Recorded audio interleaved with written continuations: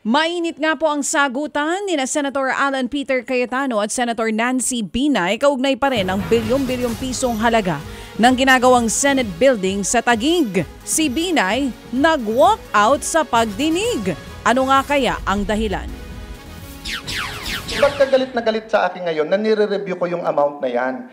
Ang goal ko lang matapos ang building na to. Paano nga matatapos? 15 buwan yung phase 3 sa mesa mo, wala kang ginawa. Hindi na napigilan ni Senate Accounts Committee Chairman Alan Peter Cayetano at Senator Nancy Binay na ilabas ang init ng ulo nila sa isa't isa sa pagdinig ng Senado kanina.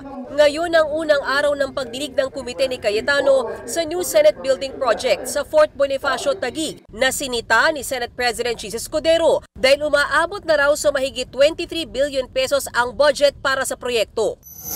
Pero giit ni Senator Binay na siyang dating pinuno ng Accounts Committee at pinalitan ni Cayetano, bakit ba pinipilit na 23 billion pesos ang presyo ng building?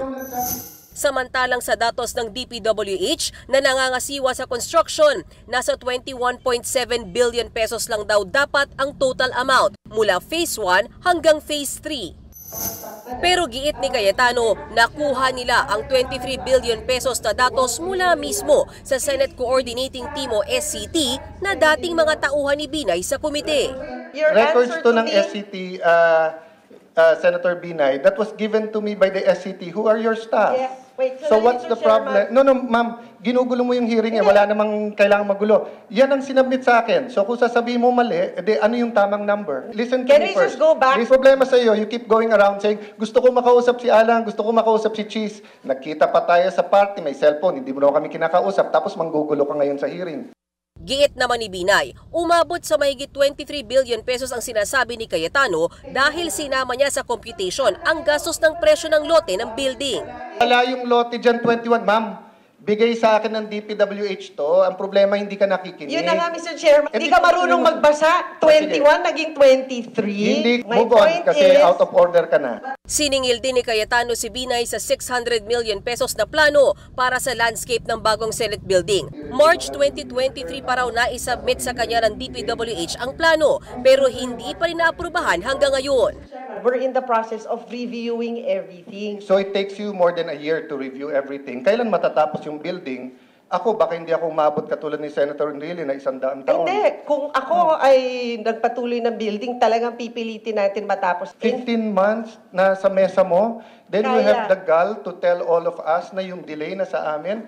Dahil sa tindi ng sagutan ng dalawa, nauwi na sa politika ang usapan. Matunog kasing tatakbo sa pagka-mayor ng Makati City si Senator Nancy Binay pagkatapos ng termino niya sa susunod na taon. Habang ang Taguig na baluarte nila Cayetano nadawit sa agawan ng teritoryo laban sa Makati dahil sa 10 Embo barangays. Sabi mo may sumasaksak sa likod mo, di kasuhan mo ng attempted murder. Sino ba sumasaksak sa likod mo? Wala akong alam doon. Sige, bubulong ko sa iyo mamaya kung sino yung sumasaksak. Oh, pero hindi ako. Ay, ano kilalaman ko doon is sasabihin mo... Actually, Mr. Chairman, may sinabi ba akong ikaw? Wala akong sinasabi na ikaw, ha? Paano mo sasabihin mo sa media, may kilalaman to sa Taguig at Makati, tapos sasabihin mo may sumasaksak sa likod mo, ano iisipin nila? Pero sinabi ko ba na Alan Peter Cayetano ang sumasaksak sa akin? Parang, di ba sabi nila yung pag nagre-react ng ganyan, baka guilty. Ma'am, basta sasabihin ko sa iyo, Lourdes ang pangalan mo, hindi Marites. Sa init ng salpukan ng dalawang senador, hindi talaga nagpapigil si Binay na ipaamin sa DPWH na hindi naman talaga 23 billion ang halaga ng new Senate building.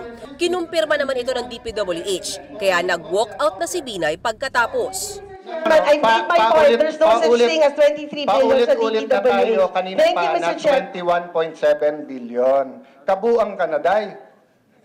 Tapusin natin na maayos to, Senado to ng Pilipinas, hindi to palengke.